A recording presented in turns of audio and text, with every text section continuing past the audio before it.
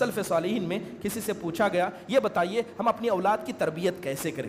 کیا پوچھا گیا کہ میں اپنی اولاد کی تربیت کیسے کریں، تربیت کا طریقہ بتائیے؟ تو سلف صالحین میں سے بعض نے کہا لاعب ابنک سبعا وادبہ سبعا وصاحبہ سبعا ثم اترک الحبل علی غارمہ. کہتے ہیں کہ جب بچہ پیدا ہو جائے تب سے لے کر 7 سال تک بچوں کے ساتھ خوب کھیلو، بچوں کے ساتھ ہنسی مذاق کرو، ان کی ہر ضرورت کو پورا کرو، یہاں تک کہ بچے پیدا ہونے سے 7 سال تک ان کا دل پوری طریقے سے تم سے لگ جائے. پھر فرماتے ہیں وَأَدِّبْهُ سَبْعًا، 7 سے لے کر 14 سال تک اپنے بچوں کو ادب سکھاؤ، ماں باپ کا ادب سکھاؤ، والدین کا، گھر والوں کا، پڑوسوں کا ادب سکھاؤ، اللہ کا ادب سکھاؤ، رسول صلی اللہ علیہ وسلم کا ادب سکھاؤ، قرآن کا ادب سکھاؤ. جو ادب اسلام نے بتایا ہے وہ 7 سے لے کر 14 سال تک سکھاؤ. پھر فرماتے ہیں وَصَاحِبْهُ سَبْعًا، 14 سے لے کر 21 سال کی عمر تک بچوں کو اپنے ساتھ رکھو، جب باہر جاؤ تو اپنے ساتھ رکھو، گھر میں رہو تو اپنے ساتھ رکھو.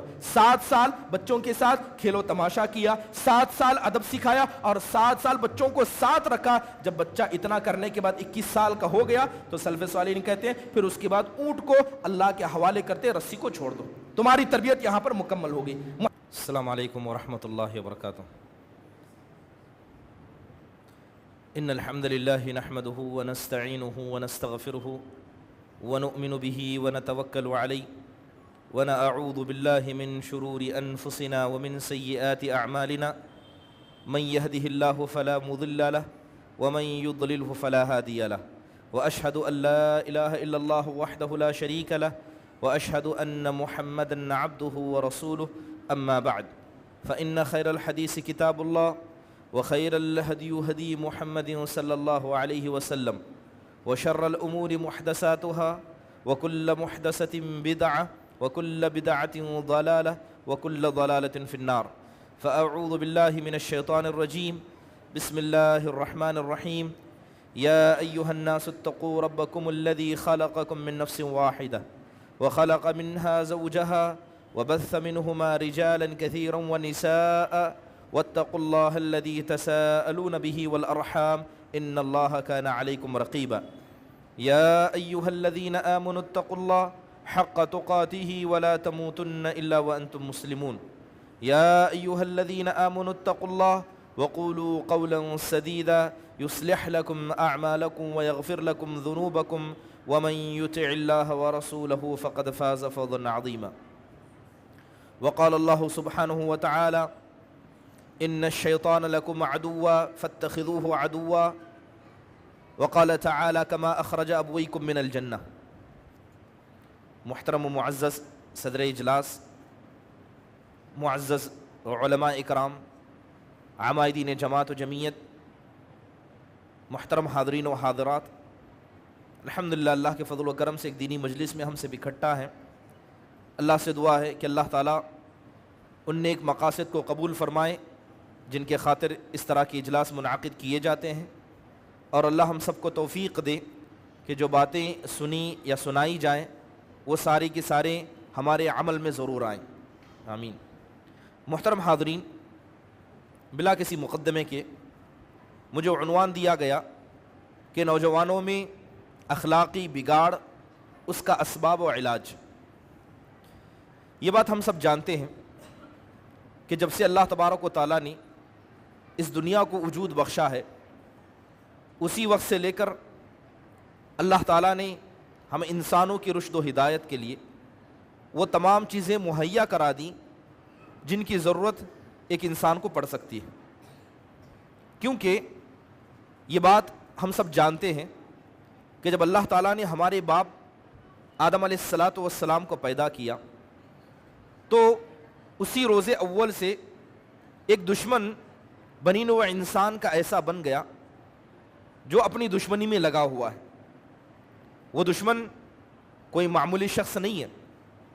اس کی طاقت، اس کا غلبہ اور اس کی طاقت کا اندازہ اس اعتبار سے لگایا جا سکتا ہے کہ اس نے اللہ تعالیٰ سے چیلنج کیا.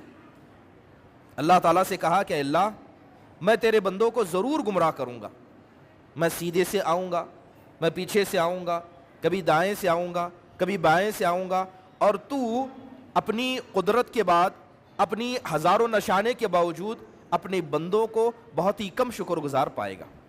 یہ دشمن کون ہے؟ یہ دشمن شیطان ہے۔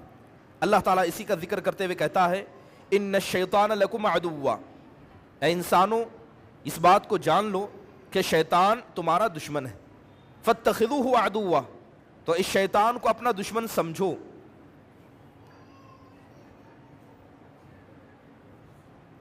اس شیطان کو اپنا دشمن سمجھو اور اس سے دشمنی نبھاؤ۔ پھر اللہ تعالیٰ کہتا ہے کہ انما یدعو حزبہ لیکونوا من اصحاب السعیر، شیطان کیا کرتا ہے؟ شیطان اکیلا نہیں آتا ہے بلکہ وہ اپنے لاؤ و لشکر کو لاتا ہے اور چاہتا ہے کہ جس طرح وہ اور اس کا لشکر جہنمی بنا ہے تم بھی اس کے ساتھ اس کے جہنمی ساتھی بن جاؤ۔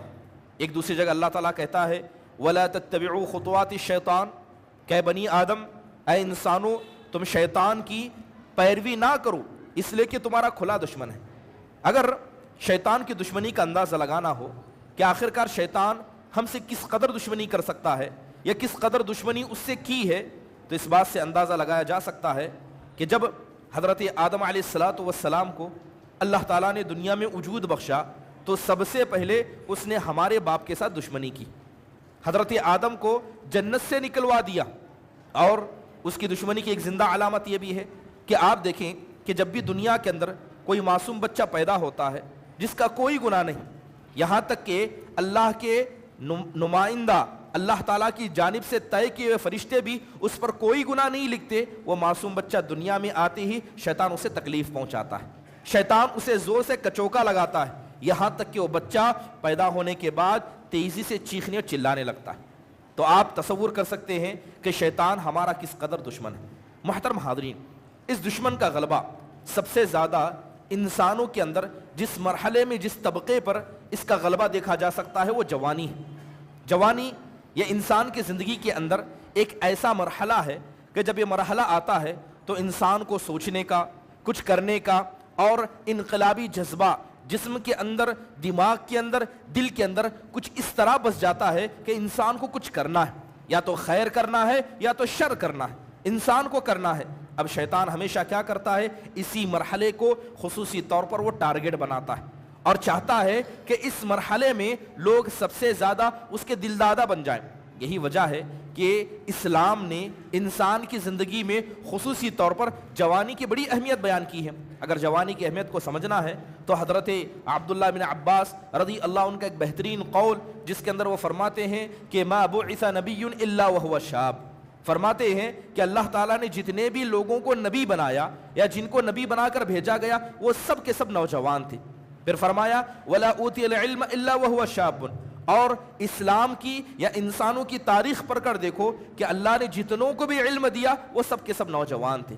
جوانی کی حالت میں نبی بنایا گیا، جوانی کی حالت میں اللہ تعالیٰ لوگوں کو علم دیتا ہے۔ پھر ابن عباس رضی اللہ عنہ قرآن سے 3 حوالے دیتے ہوئے کہتے ہیں اگر تمہیں اور دلیل چاہیے تو قرآن پڑھو۔ اللہ تعالیٰ کہتا ہے قالوا سمعنا فتن، کہ ہم نے ایک نوجوان کے بارے میں سنا۔ یہ نوجوان کون تھا؟ جو اپنے قوم کے سامنے کھڑا ہوا، جس نے بتوں کی ایک ریلی دیکھی، سارے بتوں کو توڑ کر ایک بڑے بت کو چھوڑا اور اس کے گلے میں کلہاڑی کو چھوڑا۔ یہ نوجوان کون تھا؟ یہ حضرت ابراہیم علیہ السلام تھی۔ وَإِذْ قَالَ مُوسَىٰ لِفَتَاهُ، اور یاد کرو حضرت موسیٰ کی جوانی کو کہ جب حضرت موسیٰ سے پوچھا گیا کہ وقت میں سب سے بڑا عالم کون ہے تو حضرت موسیٰ نے اپنا نام چنا، تو اللہ تعالیٰ نے انہیں ایک نوجوان کی طرف رہنمائی کرتے کہا کہ وہ تم سے بھی زیادہ علم رکھنے والا ہے۔ اِنَّهُمْ فِتْيَةٌ آمَنُوا بِرَبِّهِمْ، اگر نوجوانوں کی تاریخ پڑھنا ہے تو جاؤ ان نوجوانوں کے بارے میں دیکھو جنہوں نے وقت کے بادشاہ کی مخالفت کی اور ایک اللہ تعالیٰ پر ایمان لائے۔ یہ کون تھے؟ یہ اصحاب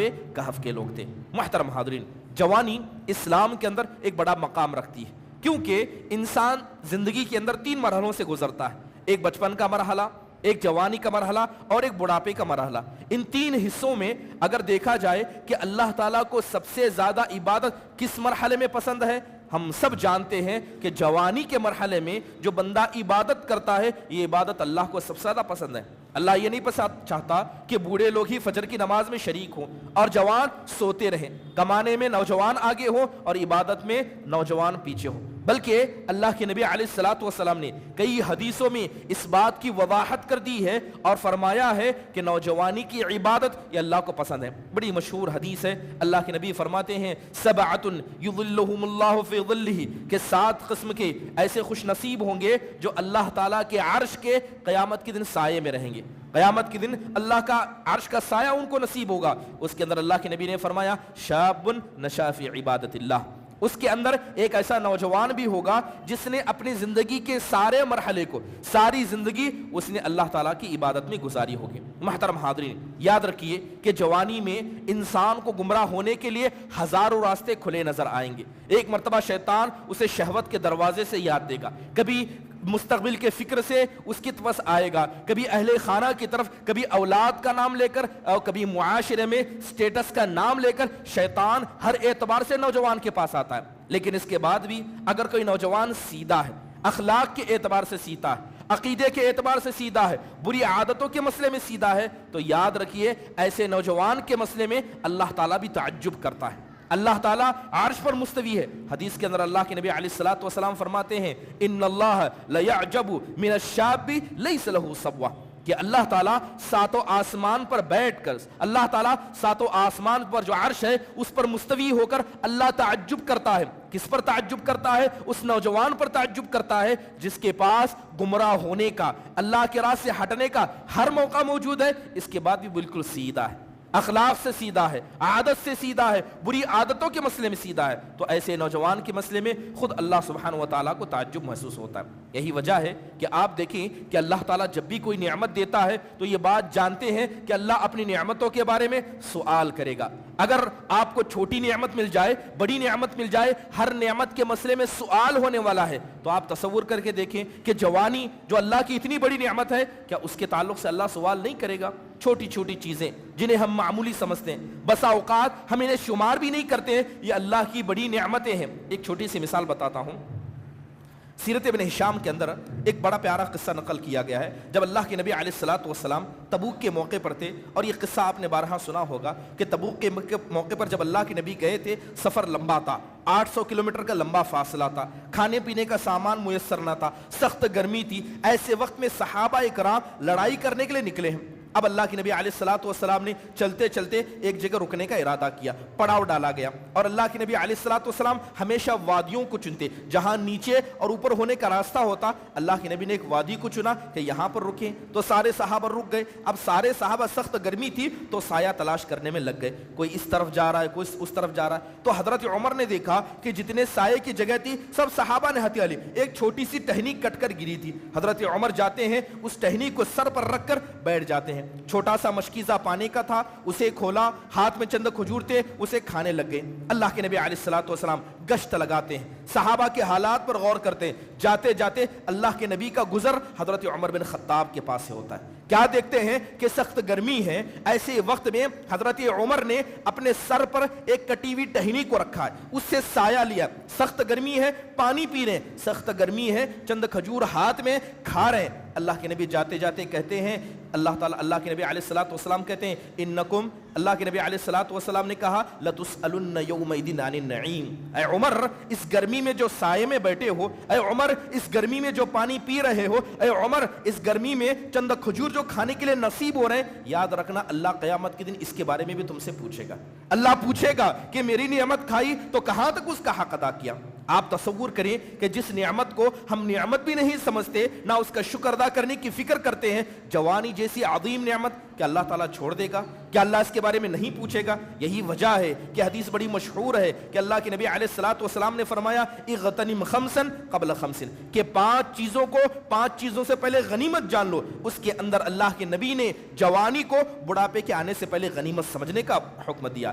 بڑھاپا آ جائے، انسان اللہ والا بن جائے، کوئی تعجب کی بات نہیں ہے۔ جوانی میں ہر برائی کو کر لیا اور بڑھاپا آتے ہی مسجد کو اپنا لیا، کیا لگتا ہے کہ ایسے بندوں کو اللہ پسند کرتا ہے؟ مجبوری میں نہیں، جب طاقت ہے، ہوش ہے، جذبہ ہے، تب اللہ والے بنو، تب اللہ تعالیٰ کو پسند ہے کہ ایسی حالت میں اللہ والا بنا جائے۔ محترم حاضرین، یہ بات یاد رکھیں کہ انسان کو اللہ تعالیٰ نے کتنی عمر دی ہے، خاص کر اس امت محمدیہ کی بات کریں، 60 اور 70 سال کی زندگی ہے۔ جیسے اللہ کے نبی فرماتے ہیں اعمار امتی ما بین 60 الی 70، کہ میری امت کی عمر یہ 60-70 سال کے درمیان کی، 60 سے 70 سال کی عمر ہی ہم کو ملے گی۔ اس کے اندر سب سے زیادہ بڑی عمر یہ جوانی کی ہوتی ہے۔ بچپن کی عمر بھی تھوڑی ہے، بڑھاپے کی عمر بھی تھوڑی ہے، مگر جوانی کا مرحلہ سب سے بڑا مرحلہ ہے۔ اسی لیے حدیث کے اندر آپ علیہ الصلوۃ والسلام فرماتے ہیں کہ لا تزول قدم ابن آدم، کہ لوگ اللہ کے سامنے آئیں گے، قیامت کے دن سب کو کھڑا کیا جائے گا، اور کسی بھی انسان کو اجازت نہیں ہوگی کہ اپنے قدم کو آگے کرے یا پیچھے کرے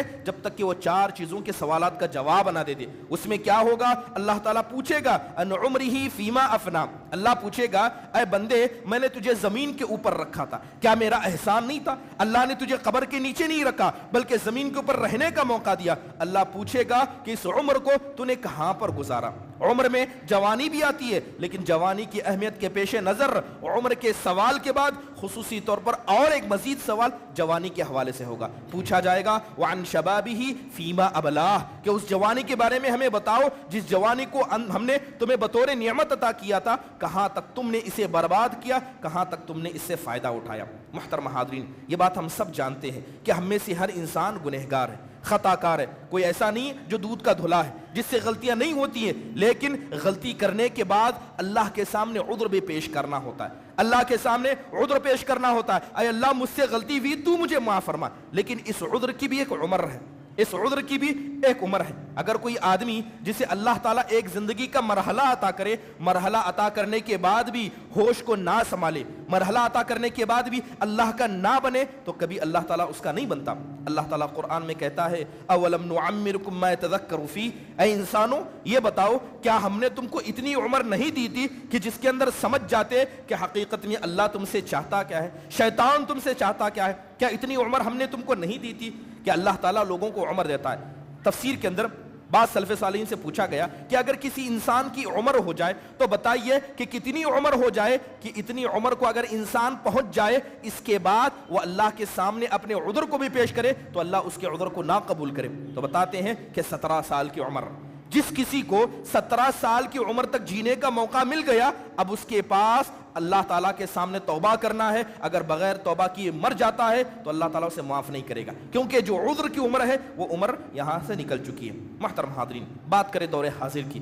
دور حاضر کے اندر اخلاق کی جو گراوٹ، اخلاق کا جو بگاڑ ہم اپنے موجودہ نوجوانوں کے اندر دیکھتے ہیں، بڑا افسوس ہوتا ہے۔ کبھی وہ نوجوان تھے جنہوں نے اسلام کو طاقت پہنچانے کے لیے اپنے جانوں کو اللہ کے راہ میں قربان کر دیا، کبھی وہ موقع تھا، کبھی وہ دور تھا جس کے اندر نوجوانوں نے اپنے مال کو اللہ کے حوالے لگا دیا، اپنے نفسوں کو، اپنے اہل خانہ کو، بلکہ کتنے تو ایسے صحابہ تھے جو 24 گھنٹے نبی کریم صلی اللہ علیہ وسلم کے گھر کے باہر رہتے تھے تاکہ بس ایک علم کی بات ان کو سننا نصیب ہو جائے، ایک حدیث ان کو نصیب ہو جائے۔ آج دیکھیں کہ اگر میں پوچھوں کیا نندی کٹکر میں اتنے ہی اہل حدیث موجود ہیں؟ کیا اتنے ہی مسلمان ہیں؟ جائیے بازار میں، اس سے زیادہ ہمارے نوجوان مل جائیں گے۔ یہ ہمارے نوجوانوں کا حال ہے۔ کیا یہ اخلاقی گراوٹ نہیں ہے؟ کیا یہ اخلاقی بگاڑ نہیں ہے؟ علم سے دور ہونا، علمی مجلسوں سے دور ہونا، یہ شیطان کا انسان پر، اس کی عقل پر، اس کے دل پر حاوی ہونے کی زندہ مثال ہے۔ اس سے بڑھ کر اور کوئی مثال دی نہیں جا سکتی۔ محترم حاضرین، اخلاق کی جو بڑی گراوٹ آج موجودہ معاشرے کے اندر دیکھی جاتی ہے وہ بے شمار ہے، میں ان کو گرانا نہیں چاہتا بلکہ ان کے اسباب بیان کرنا چاہتا ہوں کہ آخرکار ہمارے نوجوانوں کے اندر جو اخلاق کی گراوٹ پائی جاتی ہے اس کی وجہ کیا ہے؟ سب سے پہلی وجہ جو قرآن و حدیث کے مطالعے کے بعد علماء اکرام نے ذکر کی وہ یہ ہے کہ علم سے دوری۔ علم سے دوری، جو قوم اللہ تبارک و تعالیٰ کے دیے ہوئے علم سے اور اسی طرح بطور نعمت، بطور شرف جو علم اللہ تعالیٰ نے ہم مسلمانوں کو دیا ہے قرآن و حدیث کے ذریعے، اس علم سے دور ہونا یہ گمراہی کی سب سے پہلی وجہ ہے، اخلاق میں بگڑنے کی پہلی وجہ ہے۔ یہی وجہ ہے کہ اللہ کے نبی علیہ الصلوۃ والسلام نے فرمایا طلب العلم فریضۃ علی کل مسلم، کہ جو بھی مسلمان مرد ہے، جو بھی مسلمان خاتون ہے، اس کا بنیادی علم حاصل کرنا ضروری ہے۔ آپ کا بچہ ABCD پڑھے لکھے کوئی فرق نہیں پڑتا، آپ کا بچہ آگے چل کر دنیا کے معاملات جانے نہ جانے کوئی فرق نہیں پڑتا، لیکن اس بات سے اللہ اس کے رسول کو اور ہم مسلمانوں کو فرق پڑنا چاہیے کہ آپ کا بچہ دینی علم جانتا ہے کہ نہیں جانتا، شرک کیا ہے، توحید کیا ہے، بدعت کیا ہے، نماز کی اہمیت کیا ہے، حرام کمائی کی کیا مذمت ہے، اگر یہ آپ نے اپنے اولاد کو نہیں سکھایا، مطلب سمجھ لیجئے کہ بگاڑ کی پہلی وجہ یہی علم کا نہ ہونا ہے۔ یہی وجہ ہے کہ امام سیوطی رحمہ اللہ علیہ اپنی کتاب کے اندر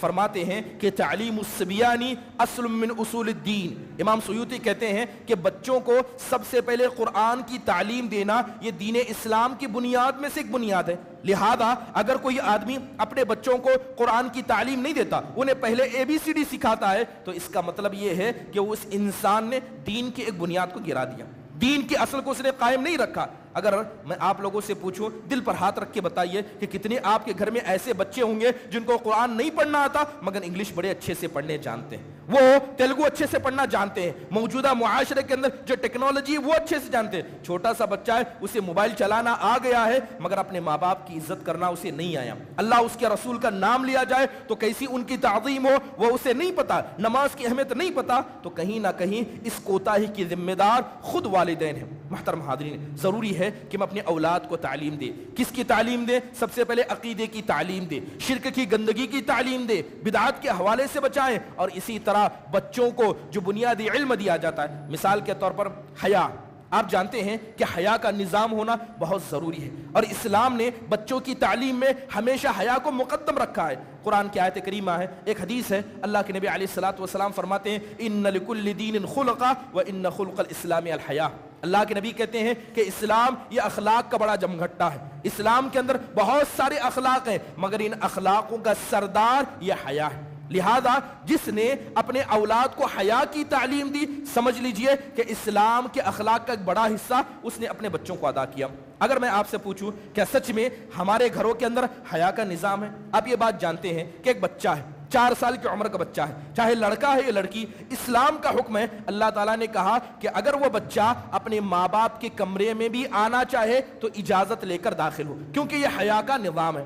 جیسے مثال کے طور پر اوقات کا ذکر کیا، فجر کے بعد کا وقت، ظہر کے بعد کا وقت، عشاء کے بعد کا وقت، یہ اوقات ایسے ہیں کہ اگر آپ کا بچہ 4 سال کا بھی ہو اور اپنے ماں باپ کے کمرے میں بھی داخل ہونا چاہتا ہے تو اجازت لے کر داخل ہو۔ اب بتائیے کیا یہ قرآن کا حکم نہیں ہے؟ کیا یہ حدیث کا حکم نہیں ہے؟ کتنے ایسے ماں باپ ہیں جنہوں نے اس کے بارے میں اپنے اولاد کو بتایا بھی ہوگا؟ انہیں اولاد کے بارے میں کوئی فکر نہیں۔ حیا کا نظام ضروری ہے۔ جو ماں باپ اپنے بچوں کو حیا نہیں سکھاتے، بچپن سے نہ حیا کی تعلیم دیتے ہیں، خود ماں باپ کے پاس زبان کے حیا نہیں ہے، بچوں کے سامنے گالی دینا، برے الفاظ پیدا کرنا، اور اسی طرح بچوں کے سامنے جھوٹ بولنا، اور یہ ساری بری نمونے بچوں کے سامنے پیش کیے جاتے ہیں۔ محترم حاضرین، خواتین اگر گھر کے اندر بچیاں ہیں تو انہیں تعلیم دی جائے، چاہے لڑکا ہو یا لڑکی ہو، انہیں نگاہ کی حفاظت کی تعلیم دی جائے۔ اللہ تعالیٰ کہتا ہے قل للمؤمنین یغضوا من ابصارہم، اے نبی صلی اللہ علیہ وسلم آپ مومنوں سے کہیے کہ وہ اپنے نگاہوں کی حفاظت کریں، اور خاص کر اگر گھر کی بچیاں ہیں، گھر کے اندر خواتین ہیں، تو انہیں بچپن سے تعلیم دی جائے کہ ان کا گھر ان کے لیے سب سے محفوظ جگہ ہے، ان کا گھر ان کے لیے محفوظ جگہ ہے۔ تمہاری نمازیں تمہارے گھر کے اندر، تمہارے اپنے کمرے میں، اور کمرے میں خاص جگہ پر پڑھی جائے، یہ اللہ کو سب سے زیادہ پسند ہے، بغرض اس کے کہ تم مسجد میں آ کر نماز پڑھو۔ محترم حاضرین، آج دیکھیں کہ ہماری مسلم بچیوں کو کہ وہ گھروں میں کم رہتی ہیں اور بازاروں میں زیادہ نظر آتی ہیں، کہیں نہ کہیں یہ تعلیم کی کمی کی وجہ ہے۔ محترم حاضرین، اسی طرح لباس کے مسئلے کی تعلیم، بے شمار چیزیں ہیں جو تعلیم کے اندر آتی ہیں، تو سب سے پہلی کوتاہی جو ماں باپ کے ذریعے دیکھی جاتی ہے وہ تعلیم کا نہ دینا ہے، اور اس کی وجہ سے بچے آگے جا کر اخلاق کی گراوٹ کا شکار بنتے ہیں۔ کیا ایسا ہو سکتا ہے کہ کسی درخت کو آپ گندا پانی دیں، ناپاک پانی دیں، اور وہ درخت بڑا ہو کر پھلدار اور خوشبودار پھل دے؟ کیا ایسا ہو سکتا ہے؟ جس طرح ایسا ہونا ناممکن ہے، اسی طرح بچوں کو بچپن میں تعلیم نہ دینا، جوان ہونے کے بعد ان سے اچھے مطالبات، اچھی امیدیں رکھنا، یہ بھی ویسا ہی غلط ہے۔ محترم حاضرین، اس پر توجہ دینے کی ضرورت ہے۔ دوسری اہم چیز جس کی کوتاہی ماں باپ کے ذریعے دیکھی جا سکتی ہے، اور یہ اخلاق کی بگاڑ کی بڑی وجہ ہے، یہ تربیت کی کوتاہی ہے۔ ماں باپ اپنے بچوں کو بچپن سے تربیت نہیں دیتے، تربیت سے دور رکھتے ہیں۔ یہی بچے جوان ہو کر جب اخلاقی گراوٹ کا شکار بن جاتے ہیں تو ماں باپ شکوے شکایت کرتے ہیں، اللہ سے شکایت کرتے ہیں، علماء کے سامنے آ کر شکایت کرتے ہیں، اپنے دوستوں کے سامنے شکایت کرتے ہیں۔ یہی وجہ ہے کہ اسلام نے ہمیشہ تربیت پر زور دیا ہے۔ اللہ تعالیٰ قرآن میں کہتا ہے وَأْمُرْ أَهْلَكَ بِالصَّلَاةِ وَاسْتَبِرْ عَلَيْهَا، اے نبی صلی اللہ علیہ وسلم آپ اپنے اہل خانہ کو نماز کا حکم دیجئے اور اس پر پابند بنیے، نماز کی پابندی آپ کیجئے، اپنے اہل خانہ کو کرائیے۔ محترم حاضرین، ضروری ہے کہ نماز کی تعلیم، آپ جانتے ہیں کہ جیسے ہی بچہ 7 سال کا ہو اسلام کیا کہتا ہے کہ اسے نماز کی تعلیم دی جائے، 10 سال کا ہو جائے نماز نہ پڑھے تو اس پر اسلام مارنے کا حکم دیتا ہے۔ یقیناً یہ اسلام کا ایک بنیادی نظام ہے، یہ تربیت کا حصہ ہے، اس پر غور کرنا ضروری ہے۔ محترم حاضرین، اسی طرح بچوں کے ساتھ نرمی کرنا یہ اسلامی تربیت کا ایک حصہ ہے۔ آج دیکھا جاتا ہے کہ 4 سال کا بچہ ہے، 5 سال کا بچہ ہے، 6 سال کا یا اس سے بڑی یا کم عمر کا بچہ ہے، ماں باپ اپنا ہاتھ اٹھانے میں کبھی نہیں سوچتے مگر تربیت کے مسئلے میں اتنے ہی پیچھے رہتے ہیں۔ بچے نے اگر کسی کو گالی دے دیا، بچے نے کلاس میں نمبر کم لایا، بچہ کیا ہے کسی کے ساتھ کچھ غلط الفاظ استعمال کیا تو ماں باپ اپنے بچوں کو مارنے لگتے ہیں، لیکن وہی بچہ نماز کو چھوڑ دے، وہی بچہ کیا ہے اللہ اس کے رسول کے مسئلے میں بے حرمتی کہے تو ماں باپ کو غصہ بالکل نہیں آتا۔ ضروری ہے کہ آپ اپنے بچوں کے ساتھ نرمی کریں اور تربیت کا پہلو اختیار کریں، کیونکہ حدیث کے اندر اللہ کے نبی نے فرمایا اذا اراد اللہ بأہل بیت خیرا ادخل فیہم الرفق۔ اللہ کے نبی کہتے ہیں کہ اللہ تعالیٰ جس گھر میں خیر کا ارادہ کرتا ہے اللہ نرمی کو داخل کرتا ہے۔ ماں باپ اگر نرم دل، نرم زبان، نرم مزاج ہوں گے تو سمجھ لیجئے کہ اللہ تعالیٰ نے ایسے گھر والوں کے ساتھ نرمی کا ارادہ کیا ہے۔ لہذا اپنی اولاد کے مسئلے میں باپ کو بھی نرم ہونا پڑے گا اور اسی طرح ماؤں کو بھی نرم ہونا پڑے گا، کیونکہ یہ نرمی تربیت کا ایک اہم حصہ ہے۔ بچوں کو مارنا، بیجا مارنا، بچوں کو گالی دینا اور نماز میں قدوہ نہ بننا، یہ ساری کی ساری چیزیں تربیت کی کوتاہی میں آتی ہیں۔ سلف صالحین میں کسی سے پوچھا گیا یہ بتائیے ہم اپنی اولاد کی تربیت کیسے کریں؟ کیا پوچھا گیا کہ میں اپنی اولاد کی تربیت کیسے کریں، تربیت کا طریقہ بتائیے؟ تو سلف صالحین میں سے بعض نے کہا لاعب ابنک سبعا وادبہ سبعا وصاحبہ سبعا ثم اترک الحبل علی غارمہ۔ کہتے ہیں کہ جب بچہ پیدا ہو جائے تب سے لے کر 7 سال تک بچوں کے ساتھ خوب کھیلو، بچوں کے ساتھ ہنسی مذاق کرو، ان کی ہر ضرورت کو پورا کرو، یہاں تک کہ بچے پیدا ہونے سے 7 سال تک ان کا دل پوری طریقے سے تم سے لگ جائے۔ پھر فرماتے ہیں وَأَدِّبْهُ سَبْعًا، 7 سے لے کر 14 سال تک اپنے بچوں کو ادب سکھاؤ، ماں باپ کا ادب سکھاؤ، والدین کا، گھر والوں کا، پڑوسوں کا ادب سکھاؤ، اللہ کا ادب سکھاؤ، رسول صلی اللہ علیہ وسلم کا ادب سکھاؤ،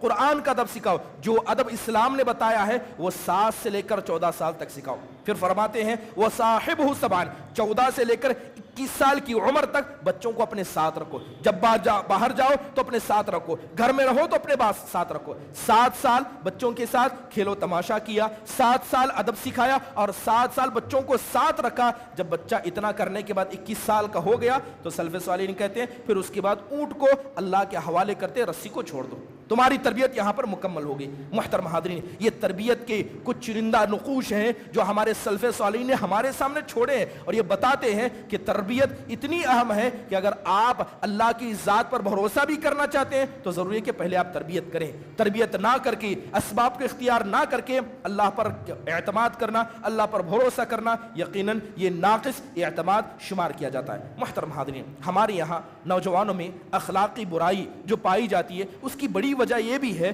کہ نوجوان اپنے مقصد زندگی کو بھلا چکے ہیں۔ نوجوانوں کو نہیں پتا کہ اللہ نے کیوں پیدا کیا۔ آج ہمارا نوجوان جب صبح آنکھ کھولتا ہے تو اسے پتا چلتا ہے کہ گھر کے اندر بہن ہے، گھر کے اندر ماں ہے، گھر کے اندر باپ ہے جو چاہتا ہے کہ ہم کما کر لائیں۔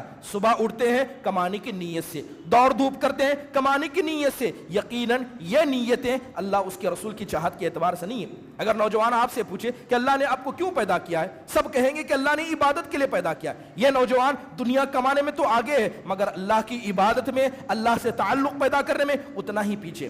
جب نوجوانوں نے اپنے مقصد زندگی کو بھلا دیا، شیطان نے ایسے نوجوانوں کو اپنا چارہ بنا لیا۔ لہذا جو نوجوان شیطان کا چارہ بن جائیں سب سے پہلے اخلاقی گراوٹ کا شکار بن جاتے ہیں۔ تو ضروری ہے کہ نوجوانوں کو اپنے مقصد زندگی کو یاد رکھنا ہوگا۔ یہی وجہ ہے کہ اللہ کے نبی علیہ الصلوۃ والسلام نے بڑی ایک پیاری مثال دیتے ہوئے کہا مثل الذی یذکر ربہ والذی لا یذکر کمثل الحی والمیت، کہ جو آدمی اللہ کو یاد کرتا ہے، جو اللہ کو یاد نہیں کرتا، اس کی مثال ایک زندہ اور مردہ کی طرح۔ جو نوجوان اللہ کو یاد کرتا ہے، نماز کا پابند ہے، نوافل کا پابند ہے، اذکار کا پابند ہے، وہ اللہ کے نزدیک زندہ ہے۔ اور جو نوجوان چلتا پھرتا ضرور ہے مگر اللہ سے بے تعلق ہے، دنیا پرست ہے، شہوت پرست ہے، اللہ کے نزدیک وہ چلتی پھرتی لاش ہے، مر جائے گا کوئی پرواہ نہیں، دعا مانگتے ہوئے ختم ہو جائے گا کوئی پرواہ نہیں، یقیناً اللہ تبارک و تعالیٰ ایسوں کا خیال کرتا ہے، کیونکہ اللہ تعالیٰ کا قانون ہے ان تنصر اللہ ینصرکم ویثبت اقدامکم، اللہ کے دین کی مدد کرو اللہ تمہاری مدد کرے گا، اگر اللہ کے دین کو بھول جاؤ گے اللہ تمہیں ابھی بھی اور قیامت کے دن بھی یقیناً بھول جائے گا۔ محترم حاضرین، ہمارے نوجوانوں کو دیکھا جاتا ہے کہ آج دین سب سے زیادہ کسی کے پاس اجنبی ہے تو ہمارے نوجوانوں کے پاس ہے۔ بوڑھوں کو پتا ہے کہ نماز ضروری ہے، بچوں کو تربیت دی جا رہی ہے کہ نماز ضروری ہے، کیا نوجوان اس نماز کو یاد رکھتے ہیں؟ کیا نوجوان اللہ اس کے رسول کی اطاعت کو، ان دینی مجالس کو یاد رکھتے ہیں؟ نوجوان دین کے مسئلے میں اجنبی ہو چکے ہیں۔ محترم حاضرین، قرآن مجید میں اللہ تبارک و تعالیٰ نے کچھ کافروں کی مثال بیان کی۔ کافروں کی مثال بیان کرتے ہوئے اللہ کہتا ہے والذین کفروا یتمتعون ویأکلون کما تأکل الانعام والنار مثوی لهم۔ اللہ تعالیٰ کہتا ہے کہ کافروں کی مثال ایسی ہے جنہوں نے دنیا کو انٹرٹینمنٹ کی جگہ سمجھا، مزہ لینے کی جگہ سمجھا۔ ہوٹلوں میں جانا ہے کھانے سے مزہ لینا ہے، اچھا گدا اے سی سے مزہ لینا ہے، گھومنا ہے اس میں مزہ لینا ہے، دنیا کی ہر چیز میں مزہ لینا ہے۔ اللہ کہتا ہے کہ ہمارے یہاں کافروں کی مثال یہ ہے جنہوں نے دنیا کو مزہ لینے کی جگہ سمجھا، وہ کھاتے تو ایسے ہیں جیسے جانور کھاتے ہیں، ان کے کھانے کا کوئی مقصد نہیں ہے۔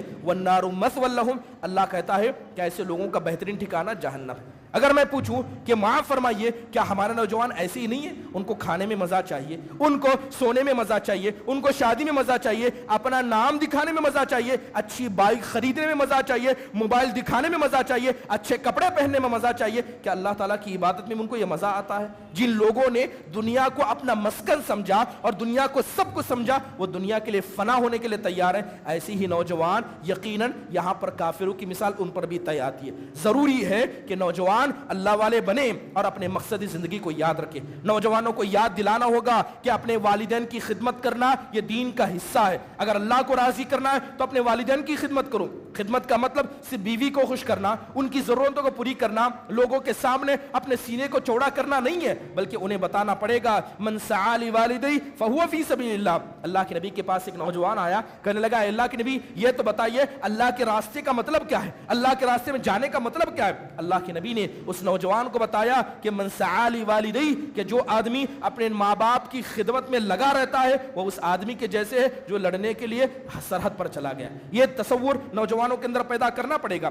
آپ نے فرمایا من قام علی نفسی یعفوها فهو سبیل اللہ، جو آدمی اپنے نفس کو پاک رکھنے کے لیے، اپنے دامن کو پاک رکھنے کے لیے جد و جہد کرتا ہے، ایسا آدمی بھی یقیناً کیا ہے؟ اللہ تبارک و تعالیٰ کی راہ میں۔ محترم حاضرین، اس کے علاوہ جو مزید اسباب پائے جاتے ہیں جس کی وجہ سے کیا ہے ہمارے نوجوانوں کے اندر اخلاقی بگاڑ پایا جاتا ہے، وہ مغربی تہذیب ہے۔ مغربی تہذیب، یورپین کلچر، یقیناً اس کلچر نے ہمارے نوجوانوں کے اخلاق کو بگاڑ کر رکھ دیا، اور یہ بات ہم سب جانتے ہیں کہ اللہ کے نبی علیہ الصلوۃ والسلام نے آج سے 1400 سال پہلے اس بات کے بارے میں بتا دیا تھا کہ لَتَتَّبِعُنَّ سُنَنَ مَنْ كَانَ قَبْلُهُمْ، کہ تم اپنے سے پہلے ما قبل لوگوں کی سنتوں کی اتباع کرو گے، بالش تب بالش، تم انہی کی نقش قدم پر چلو گے۔ پوچھا گیا اے اللہ کے نبی کیا یہود و نصارہ مراد ہے؟ آپ نے کہا ان کے علاوہ اور کون مراد ہو سکتے ہیں؟ کیا ہمارے نوجوانوں کا لباس، کیا ہمارے نوجوانوں کا اٹھنا بیٹھنا، کیا ہمارے نوجوانوں کا لائف سٹائل بالکل مغربی اور ویسٹرن تہذیب کے جیسے نہیں ہے؟ کیا اللہ کے نبی علیہ الصلوۃ والسلام نے ہمیں یتیم چھوڑا ہے؟ کیا لباس پہننے کے آداب ہمیں نہیں بتائے؟ کیا اٹھنے بیٹھنے کے آداب ہمیں نہیں بتائے؟ کھانے پینے کے آداب نہیں بتائے؟ زندگی جینے کا طرز اللہ کے نبی نے نہیں بتایا؟ جب سب بتایا ہے تو اللہ کے نبی علیہ الصلوۃ والسلام کی سنتوں کو چھوڑ کر مغربی تہذیب کو اپنانے کا مطلب کیا ہے؟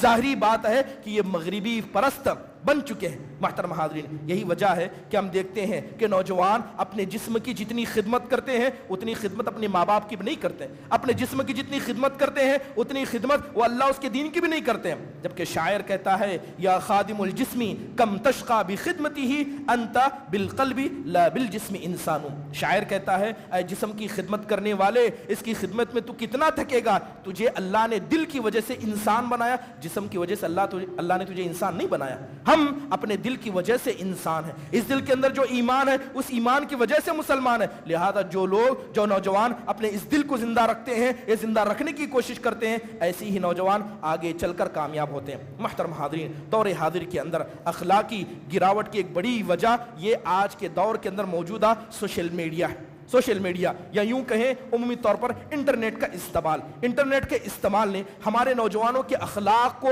بالکل بگاڑ کر رکھا ہے۔ اگر دیکھیں کہ سوشل میڈیا کا اثر ہمارے معاشرے پر، ہمارے نوجوانوں پر کیا ہوا، آج دیکھیں کہ دنیا کے اندر جتنے بھی فتنے پائے جاتے ہیں ساری فتنوں کی آمجگاہ سوشل میڈیا، ہر قسم کا فتنہ سوشل میڈیا پر موجود ہے۔ اب بتائیے کتنے ایسے نوجوان ہیں جو حقیقت میں سوشل میڈیا سے دور ہیں؟ الا ماشاء اللہ، ہر کسی کو وقت لگانا ہے، کوئی 2 گھنٹے لگاتا ہے، کوئی 4 گھنٹے لگاتا ہے، کوئی 10 گھنٹے لگاتا ہے، کوئی 12 میں سے 12 گھنٹے تو کوئی 24 میں سے 26 گھنٹے بھی لگاتا ہے، یعنی وقت سے زیادہ، اپنے جسم سے زیادہ سوشل میڈیا پر لگا کر رکھا ہے۔ اس سوشل میڈیا نے ہمارے نوجوانوں کو برباد کر کے رکھ دیا۔ محترم حاضرین، اگر بات کریں سوشل میڈیا کی خرابی کی، یہ سوشل میڈیا ہر فتنے کو اپنے اندر اپنائے۔ علامہ ابن قیم رحمہ اللہ سے پوچھا گیا کہ فتنے کتنے قسم کے ہیں؟ علامہ ابن قیم نے 2 قسم کی بتائے، فتنۃ الشبہات، فتنۃ الشہوات۔ ایک ہوتا ہے شبہات کا فتنہ، یعنی انسان کے اندر شبہ پیدا کیا جائے، دوسرا شہوت کا فتنہ، انسان کے اندر خواہشات پیدا کی جائے۔ یاد رکھیے، جائیے سوشل میڈیا کی حقیقت کو پتہ کیجئے کہ شبہات ہو یا شہوات ہو، ہر فتنے کو سوشل میڈیا نے اپنا اڈا بنا کر رکھا ہے۔ اگر بات کریں فتنۃ الشہوات کی، کہ شہوتیں، جیسے مثال کے طور پر پیٹ کی شہوت، حرام کمائی کا ہر طریقہ آپ کو سوشل میڈیا پر نظر آئے گا۔ یوٹیوب پر مائیے، حرام کمائی کے جدید طریقے، سارے طریقے بتا دیے جائیں گے، بتا دیا جائے گا کس بینک میں کتنا لون لیا جاتا ہے، کون سی بینک، کون سا آفر، امیزن کا ہو، فلپ کارٹ ہو، آپ کو EMI پر دے گا، کتنا نہیں دے گا۔ حرام طریقے سے رزق کمانے کے ہزاروں طریقے سوشل میڈیا پر موجود ہیں۔ کیا شراب نوشی، اس کے علاوہ سودی نظام اور اس کے علاوہ حرام تجارتیں کیا سوشل میڈیا پر موجود نہیں ہیں؟ اگر بات کریں شرمگاہ کی شہوت کی، اللہ معاف فرمائے، ایک وقت تھا کہ انٹرنیٹ کے کسی خاص حصے میں گندگی پائی جاتی تھی، اب گندگی کا ہر حصہ سوشل میڈیا پر نظر آتا ہے۔ کیا عریانیت، فحش کاری، بے جا تصویریں، بے جا ویڈیو سوشل میڈیا پر نظر نہیں آتی؟ ساری کی ساری چیزیں موجود ہیں۔ بلکہ اللہ معاف فرمائے، آج ہم میں سے کتنے ہیں جو حقیقت میں برائی کو برائی بھی سمجھتے ہیں؟ ایک وقت ہوتا جو نوجوان نکڑ پہ بیٹھتا تھا، لڑکیوں کو آتے جاتے برقعے میں تو لوگ کہتے ہیں کتنا بے غیرت انسان ہے کہ عورتوں کو آتے جاتے دیکھتا ہے۔ آج بتائیے کہ کس کے پاس سمارٹ فون نہیں ہے جس کے اندر یوٹیوب نہیں کھلتا ہے، سوشل میڈیا چاہے وہ فیس بک کی شکل میں ہو، ٹویٹر کی شکل میں ہو، انسٹاگرام کی شکل میں ہو، کیا وہ کھولتا ہے؟ کیا اس کے اندر لڑکیوں کی تصویریں نہیں آتی؟ کتنے لوگ ہیں جو حقیقت میں اس کے مسئلے میں پردے کا خیال کرتے ہیں؟ اللہ تو کہتا ہے قل للمؤمنین یغضوا من ابصارہم، اے اللہ کے نبی مومنوں سے کہیے اپنی نگاہوں کو نیچے رکھے۔ نگاہوں کو نیچے رکھنے کا مطلب کیا سڑک ہے؟ صحیح کہا تھا اللہ کے نبی نے کہ ایک وقت آئے گا کہ دین پر عمل کرنا اتنا مشکل ہو جائے گا جس طرح آگ کے انگارے کو اپنا ہاتھ پر رہنا مشکل ہوگا۔ اگر انسان گھر کے باہر نہ جائے تاکہ کسی غیر محرم عورت پر نگاہ نہ پڑے تو گھر کے اندر یہ ایسا فتنہ بیٹھا ہے کہ 24 گھنٹے میں آپ کو مجبور کرے گا کہ آپ گھر میں رہ کر بھی ہر وہ حرام کام کر سکیں جو باہر جا کر آپ کر سکتے ہیں۔ محترم حاضرین، یہ سوشل میڈیا ہے اور اس سوشل میڈیا پر ہمارے نوجوان لگے ہوئے ہیں۔ اللہ معاف فرمائے، بہت سارے لوگوں نے دعوت کے لیے صرف سوشل میڈیا چنا ہے۔ ایسا لگتا ہے کہ دعوت سوشل میڈیا کے علاوہ کہیں ہوتی ہی نہیں ہے۔ سوشل میڈیا پر ہر قسم کا فتنہ موجود ہے۔ اس کے علاوہ مال کا فتنہ، حرام تجارتیں یا اسی طرح جو دھوکے کی زندگی دکھائی جاتی ہے۔ ہمارے نوجوان سب سے زیادہ کس سے متاثر ہیں؟ ایکٹروں سے، کرکٹروں سے دیکھتے ہیں کہ زندگی گزار رہے ہیں، اور یقین جانیے سوشل میڈیا سے بڑھ کر دھوکے کی زندگی نہیں ہے۔ آپ جائیے سوشل میڈیا پر ان لوگوں کو دیکھیے جو اچھے اچھے کپڑے پہن کر تصویریں ڈالتے ہیں، اچھی گاڑیاں خرید کر تصویریں ڈالتے ہیں، کاریں خرید کر تصویریں ڈالتے ہیں۔ ان کے گھر میں جا کر دیکھیے حقیقت کچھ اور ہوگی۔ وہ جھوٹی زندگی گزار رہے ہیں اور جھوٹی شان لوگوں کے سامنے دکھا رہے ہیں، اور ہمارے نوجوان ان کو دیکھ کر متاثر ہوتے ہیں۔ ایک نوجوان جوتا خریدتا ہے، اپنے والدین کو دکھانے سے پہلے، خود اللہ کی اطاعت کے طور پر اسے پہننے سے پہلے اسے سوشل میڈیا پر ڈال دیتا ہے۔ کیا ہمارے نوجوان کتنے ایسے ہیں جو بلیٹ بائک ہو یا اس کے طرح KTM بائک کو صرف لوگوں کو دکھانے کے لیے نہیں کرتے ہیں؟ کیا یہ سارے کام ہمارے نوجوان بچے نہیں کر رہے ہیں؟ یہ کہاں سے آیا؟ یہ سب سوشل میڈیا کے غلط استعمال یا اس کے غلط اثر کی وجہ سے ہوا۔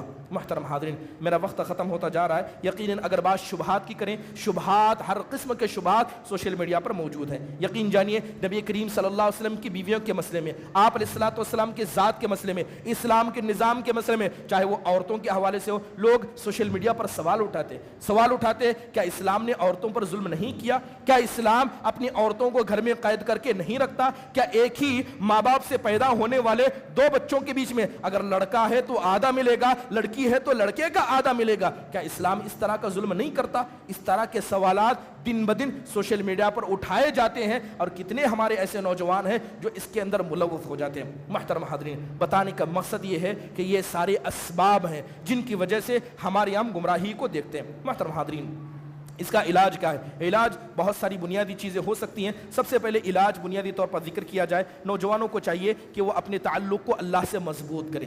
جو آدمی جتنا اللہ سے اپنے تعلق کو مضبوط کرے گا، یقیناً شیطان اس سے اتنا ہی دور بھاگے گا، شیطان اس سے دور بھاگے گا۔ جیسے کہ آپ تصور کریں، بس اذان دی جاتی ہے، اللہ اکبر کا نعرہ اس ممبر و محراب سے لگایا جاتا ہے، شیطان بھاگتا ہے، صرف اللہ کے ذکر سے شیطان بھاگتا ہے۔ لیکن اگر کوئی نوجوان اللہ تبارک و تعالیٰ کی دین کو، اللہ کی محبت کو، رسول صلی اللہ علیہ وسلم کی محبت کو دل میں جگہ دے گا، کیا ایسے دل کو شیطان اپنی آمجگاہ بنا سکتا ہے؟ کبھی ایسا نہیں ہو سکتا۔ نوجوانوں کو ضروری ہے کہ وہ جان لیں، اس بات کو یقین کر لیں اور اپنے دل میں گانٹھ باندھ لیں کہ یہ دین ہی انہیں عزت دینے والا ہے، یہ دین ہی انہیں آگے کرنے والا ہے، یہ دین ہی انہیں سربلندی دینے والا ہے۔ دوسری اہم چیز ہے، نوجوانوں کو سمجھنا چاہیے کہ اللہ تعالیٰ نے جس امت میں انہیں پیدا کیا ہے، یہ خیر امت ہے، یہ امتوں میں سب سے بہترین امت ہے۔ اس بات کا بھی فخر نوجوانوں کو یاد رکھنا چاہیے، اور نوجوانوں کو مقصد زندگی کو یاد رکھنا چاہیے۔ اس کے علاوہ نوجوانوں کو چاہیے کہ سب سے پہلے وہ اپنے نفس کی اصلاح کریں، اپنے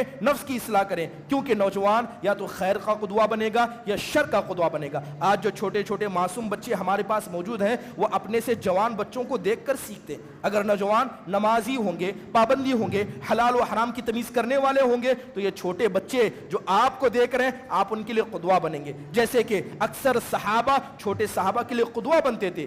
ہمارے نوجوانوں کو چاہیے کہ وہ دوسروں کے لیے قدوہ بنیں۔ اس کے علاوہ نوجوانوں کو چاہیے کہ وہ اپنے لیے زندہ مثال یا بہترین قدوہ اگر کسی شخصیت کو بنائے، وہ جناب محمد الرسول اللہ صلی اللہ علیہ وسلم ہو۔ اٹھنے میں، کھانے میں، پینے میں، ہر مسئلے میں نبی کریم صلی اللہ علیہ وسلم کو قدوہ بنائیں۔ اسی طرح نوجوانوں کو چاہیے کہ وہ اپنی جوانی کی حفاظت کریں، وہ جوانی کی اہمیت کو جانیں۔ اکثر باتوں میں کہا جاتا ہے اگر مرد ہو تو یہ کر کے دکھاؤ۔ آپ نے یہ جملہ اکثر نوجوانوں نے سنا ہوگا۔ اللہ تعالیٰ بھی کچھ نوجوان بچوں کا، کچھ مردوں کا ذکر کرتا ہے۔ اللہ کہتا ہے رجال لا تلہیہم تجارت ولا بیع عن ذکر اللہ۔ اللہ تعالیٰ کہتا ہے اللہ کے نزدیک حقیقی مرد تو وہ ہیں جنہیں تجارتیں اور خرید و فروخت یہ اللہ کے ذکر سے نہیں روکتے۔ آپ کمائیں گے، کھائیں گے، لیکن اللہ کے ذکر سے نہیں رکیں گے، اللہ کے ذکر میں لگے رہیں گے، حقیقی طور پر اسلامی اعتبار سے یہ مرد ہے، حقیقی طور پر اسلامی اعتبار سے مرد ہے۔ اس کے علاوہ جب اللہ کے دین کے مسئلے میں آپ آئیں گے، نماز کے پابند بنیں گے، تو یاد رکھیے آپ پر مشکلیں آئیں گی، آپ پر دشواریاں آئیں گی، لہذا اللہ کی اطاعت میں صبر کرنا پڑے گا، معصیت سے رکنے میں صبر کرنا پڑے گا۔ اور نوجوانوں کو چاہیے کہ وہ ہمیشہ حلال روزی کھائیں، حلال روزی کھائیں۔ جو نوجوان حلال روزی نہیں کھاتا ہے، چاہے کتنا بڑا نمازی بن جائے، متقی بن جائے، پرہیزگار بن جائے، اللہ تعالیٰ قیامت کے دن ایسوں کو ضرور ذلیل کرے گا۔ اس کے علاوہ موجودہ معاشرے میں جو بہت ساری ایسی گمراہ تنظیمیں موجود ہیں، جو گمراہ فکریں موجود ہیں، ان سے بھی ہمارے نوجوانوں کو بچنا چاہیے۔ یہی کچھ بنیادی باتیں تھیں۔ اللہ تعالیٰ سے دعا ہے کہ اللہ تعالیٰ ہمارے نوجوانوں کی اصلاح فرمائے، اور جو باتیں کہی گئی ہیں اللہ ہم سب کو اس پر عمل کرنے کی توفیق نصیب فرمائے۔ اقول قولی ھذا واستغفر اللہ لی ولکم ولسائر المسلمین من کل ذنب فاستغفروه انه هو الغفور الرحیم۔ السلام علیکم ورحمۃ اللہ وبرکاتہ۔